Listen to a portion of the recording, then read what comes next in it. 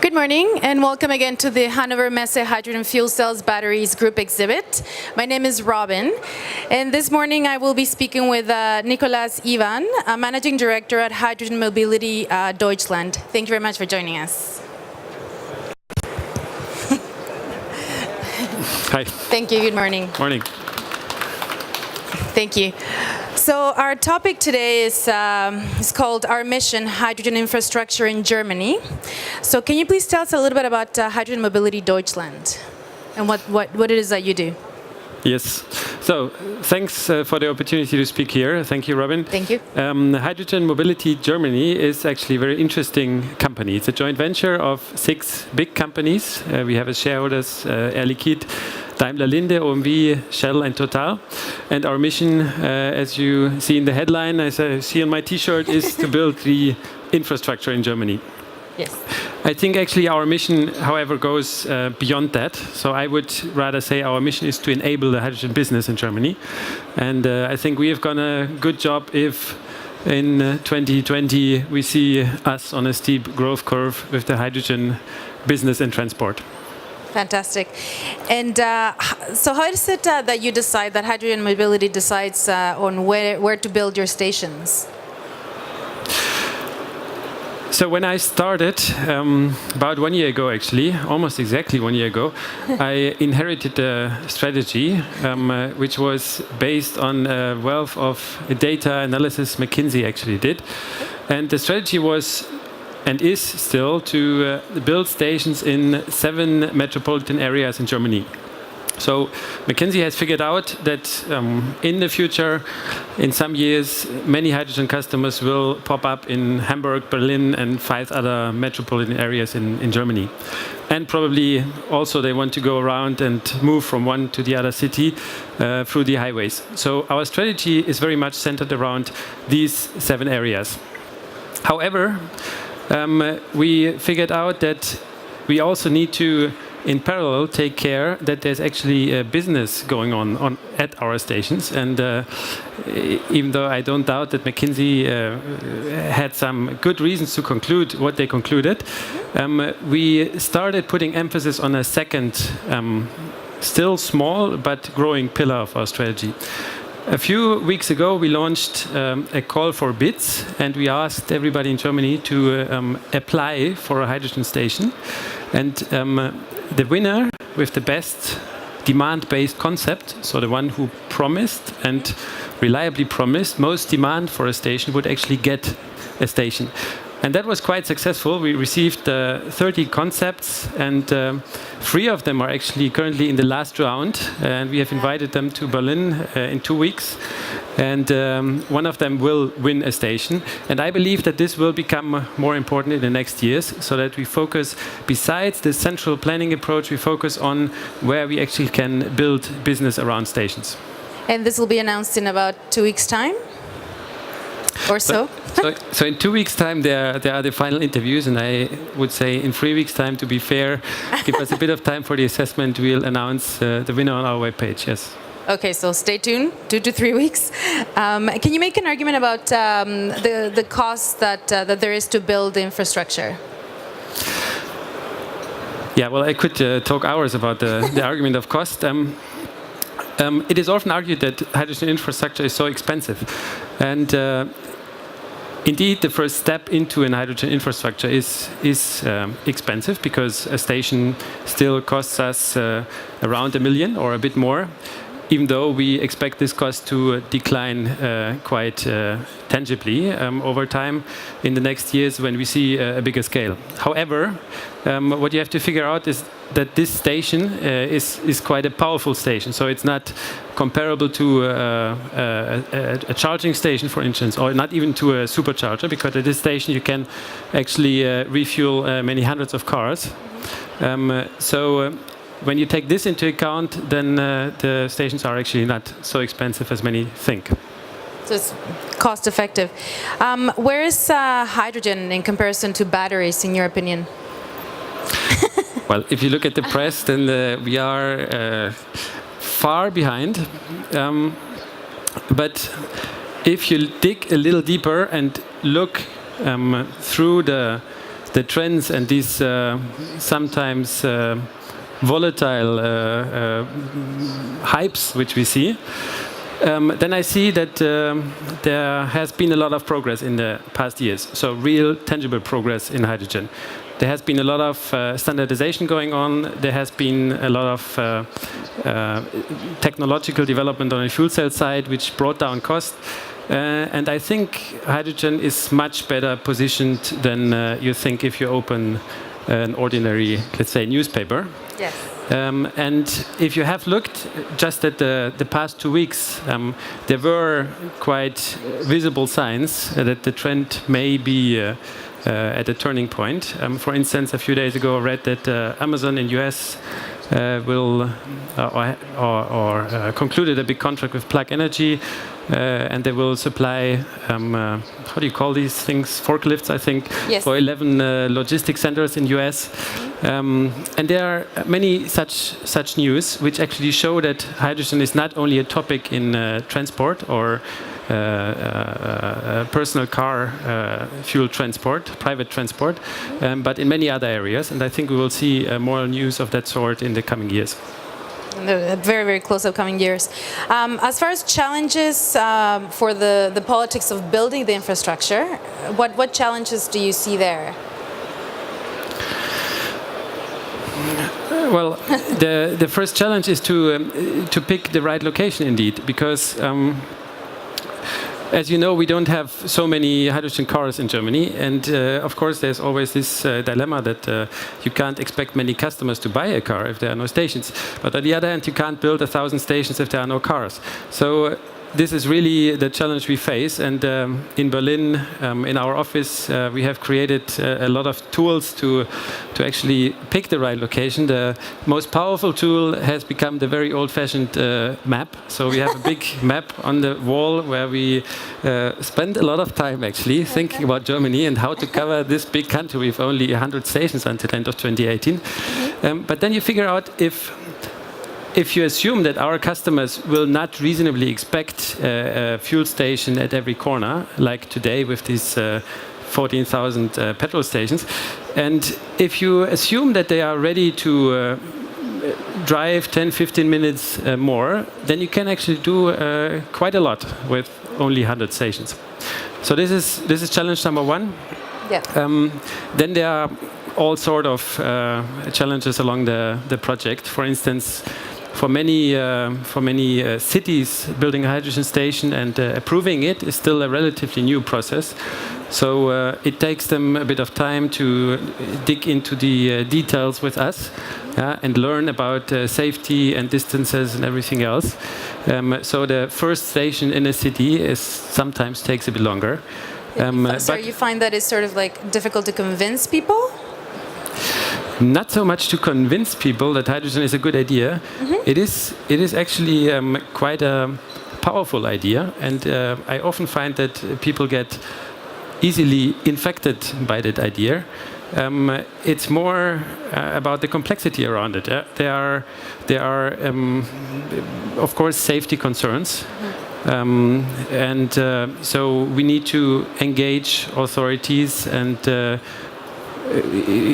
explain to them very well what we do and why safety actually is a very well managed risk. Okay, thank you. So looking at your T-shirt, can you tell us about what's coming up for 2018 and 2023 for hydrogen? Yeah, so our big plan is to reach a first milestone of 100 stations end of 2018. And to reach this without actually looking much to the cars. So we'll build the first backbone of the future hydrogen network without challenging Daimler every day. Actually, we do challenge them quite a lot, but that's a good thing. Not officially to bring the cars or to ramp up the rollout. And then in 2018, we will look at the cars and also at other types of vehicles. There may be actually utility vehicles. I'm pretty sure we'll see a growth there in the coming years. And then we will decide on the speed of the further rollout. And it can be up to 400 stations in 2023. And then actually edge mobility will come to an end and be reintegrated in the other companies, who will then be ready to fully compete with each other and well, fight for the pieces of the hydrogen cake in the future. Of course. Where will there be a next station? What's the plans to build as far as location goes? Germany, looking at your map. Well, we actually tried to put a very big sign just right in front of the building here, but the authorities were not so happy about it, or at least not happy that we came up with this idea only very few weeks ago. More maps. Because one of the next stations is very close to here, at Hannover Messe-Laatzen. So next year when you come to this fair here, you'll see, and you will pass by a hydrogen station when entering the building. Oh, that's great. And until end of this year, we have quite an ambitious plan. So imagine in the past, 14 years, 15 years, between 2002 and 2015, there were 23 stations built in Germany. So quite a slow and steady ramp up. Now we have 30 stations in our pipeline in different stages of implementation. And by the end of this year, we will go from 30-something stations to over 60 in just 1 year, and then continue that growth path in 2018. Fantastic. At this moment, does anyone have any questions? I can come by and bring the mic over? Not yet? Okay. Can you tell us about any challenges that you encounter in the marketplace as far as cars? Where should I start? Well, as far as cars are concerned, I see that Germany, in comparison to the other two big hydrogen markets, relatively big, Japan and California, still struggles a bit to incentivize the cars such that we really see growing numbers. It has a lot to do with the fact that there is no German car manufacturer yet out with a car which you can just lease or buy as a normal customer. So I believe this will change end of this year when Daimler will launch its GLC car. This is definitely the biggest challenge. Then, second, I would say we are currently still in a bit of a death valley. So we have to bridge 2 to 3 years where we will not see a huge demand in hydrogen. But we have already an asset base out there where we have costs every day for power, for maintaining the station and so on. So it will be a challenge to create and to showcase that demand is possible, maybe regionally, locally first, and then also more and more nationally, to actually justify as well further rollout in Germany, which finally shall close the gaps on the map. Okay, and as far as any success stories, recent success stories that you want to share with us? Yeah, of course. I would like to share many success stories now. It is interesting because I have discussed it with my team in Berlin, because from our perspective, there are success stories every day. I mean, like the small things we have come from really a startup with nothing, and now we have a professional project management team which has plans for every project. We have a very standardized approach. We have concluded framework contracts for all the equipment. So there are many small successes, but we have actually made to ourselves that question last week in our team meeting, and we figured out that from the outside there's actually not many successes to see from us yet. Okay. But I can promise that in the second half of the year there will be a number of success stories, probably also some good surprises. The next little success story will be the communication of our successful bid and the winner and the concept for this winner. Small success story, and then after that, I would say in 2 to 3 months we'll launch our app for the customers, where the customers will have new possibilities to have a very smooth way of interacting with the stations and communicate with us as well. And this will grow over time. There will be also some fancy features in that app. I won't say more at this stage now. So That's exciting. I think if you ask me that question next year, I'll have a list of success stories. That's great. And to bring it back to the my original question and your mission, is there anything else that you'd like to elaborate on that, or talk about again about your mission, hydrogen? Yeah, since I see some of my shareholders in the audience as well. No pressure. No pressure. I would like to really convey a message because indeed my mission is to build the infrastructure, to make it, to place the stations at the right locations, to make them safe, customer friendly and reliable. But I interpret my mission really as a bit wider, as an enabler for the future hydrogen business and transport, because I think we are at a very powerful intersection and at a very powerful place where we can use a lot of leverage to build the business in the future. Just speaking about the app, we have a lot of possibilities to now design an application with which customers can pay or plan their routes or anything. This is interesting, I realized, for business customers who want to have the first cars in their fleet. We have a lot of flexibility where to place the stations, and I'm having very interesting talks with people who make decisions in car companies and utility vehicle companies actually as well, where they will grow a business around our stations. So I think there are many things we can influence in the next years, as well with this powerful coalition of shareholders behind. Many things we can influence, so I interpret my role more as an enabler, and I think this is really our mission, to enable the business in Germany to pick up, to grow, and to be on a steep growth path when we hand it back over to the companies who will continue our story then. That's a great mission. Thank you so much for joining us today. Again, Nikolas, Iwan, from Managing Director at Hydrogen Mobility Deutschland, and they are in booth B50, so please do take a moment and go visit them then. Thanks again for joining us. Thank you. Thanks.